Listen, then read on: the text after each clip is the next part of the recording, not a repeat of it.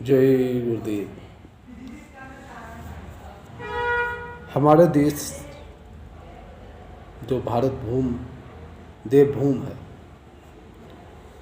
इस भूमि पर जब जब भी अज्ञानता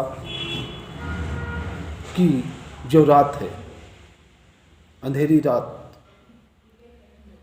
जब जब आई है, तब तब किसी प्रकाश पुंज का अवतार अपने उस अज्ञानता को प्रकाश में बदलने के लिए हुआ। चाहे वो किसी भी युग की बात क्यों ना हो, इसी कलयुग में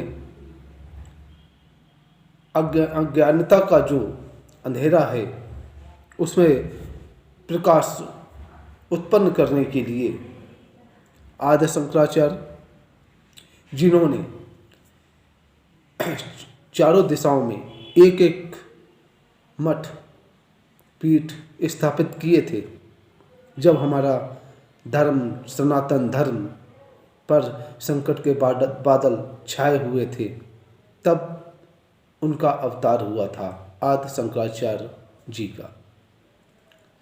और उन्होंने संपूर्ण भारत में पैदल ही भ्रमण करके ये मठ स्थापित किए।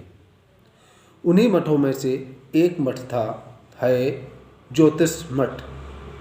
ज्योतिष मठ के शंकराचार्य जी हुए हैं वो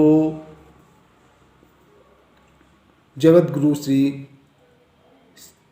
ब्रह्मानंद सरस्वती जी, जिनका 24 दिसंबर को हर साल हम लोग जयंती मनाते हैं। आज 24 दिसंबर है और हम लोग सब लोग अपने श्री गुरुदेव अनंत श्री विभूषित ब्रह्मानंद सरस्वती जी महाराज की जयंती मना रहे हैं। जहाँ तक हमने इनके बारे में अध्ययन किया है, वहाँ तक हमें ये पता लगा है कि ये एक ऐसे सिद्ध पुरुष थे जिनके पास कई सिद्धियाँ थीं, या यूँ कहें ये अंतर्यामी थे। ये बैठे बैठे ही हिमालय में कौन सी जड़ी बूटी कहाँ पर है, ये बता दिया करते थे। इनके पास कई सिद्धियाँ थीं, कई देवियों की सिद्धियाँ प्राप्त थीं इनको। और विदेशों से जो भी पत्र, जो भी समस्याएं लोग इनको लिखकर भेजते थे, और ये स्वयं कहीं आते जाते नहीं थे। उस आश्रम में ही निवास स्थान था और वहीं पर बैठे बैठे ही जिसकी जो समस्या है उसका समाधान कर दिया करते थे। इससे ये ज्ञात होता है कि शंकराचार्य जी, ब्रह्मानंद सरस्वती जी महाराज जी के पास अनंत शक्तियों का समावेश था। वो एक अंतर्यामी थे, ऐसे सिद्ध पुरुष थे।